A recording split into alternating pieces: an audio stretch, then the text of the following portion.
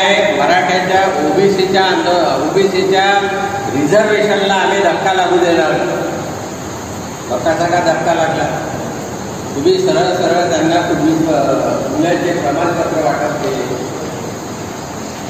1 लाखाच्या नोंदी 56 लाखावर कुठपर्यंत गेल्या आणि कशा गेल्या?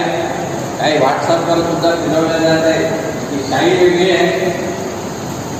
हे कोणी सरकारी अधिकारी निर्णय केले त्यांनी सुद्धा स्वतःच्या हाताच्या अक्षरामध्ये पूर्वी नोंदी टाकलेल्या आहेत. हे ओबीसीमध्ये तिकडं पूर्वी म्हणूनच नाही, सगळ्यासाठी येतात गोरगरीब आहे. आणि सुप्रीम कोर्टाने ठरवून दिलेलं आहे की मराठा समाज हा मागासला नाही आहे.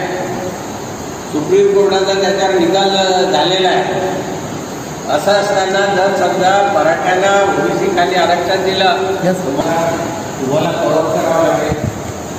कामामध्ये जाऊन दुसरीकडे जाऊन वेगवेगळ्या पद्धतीनं तुम्हाला हा मोठा केला तर तुम्हाला समाज एकवटला आहे, ज्याची ताकद मोठी आहे आणि सरकार याची दिशाभूल करत आहे. काही ओबीसी नाही आहे हे आपल्याला दाखवण्याची वेळ येणार आहे.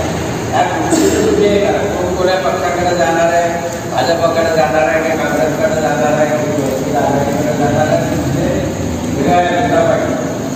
आज तो आपल्याला कोणाला मदत आहे तर हा विषय नाही आहे. आज हे ओबीसी समाजावर जे अतिक्रमण झालं आणि याचा उद्देश काय की आपली मागणी मान्य झाली पाहिजे. आपली मागणी मान्य झाली पाहिजे. जर आपली मागणी मान्य झाली पाहिजे ती कोण करणार?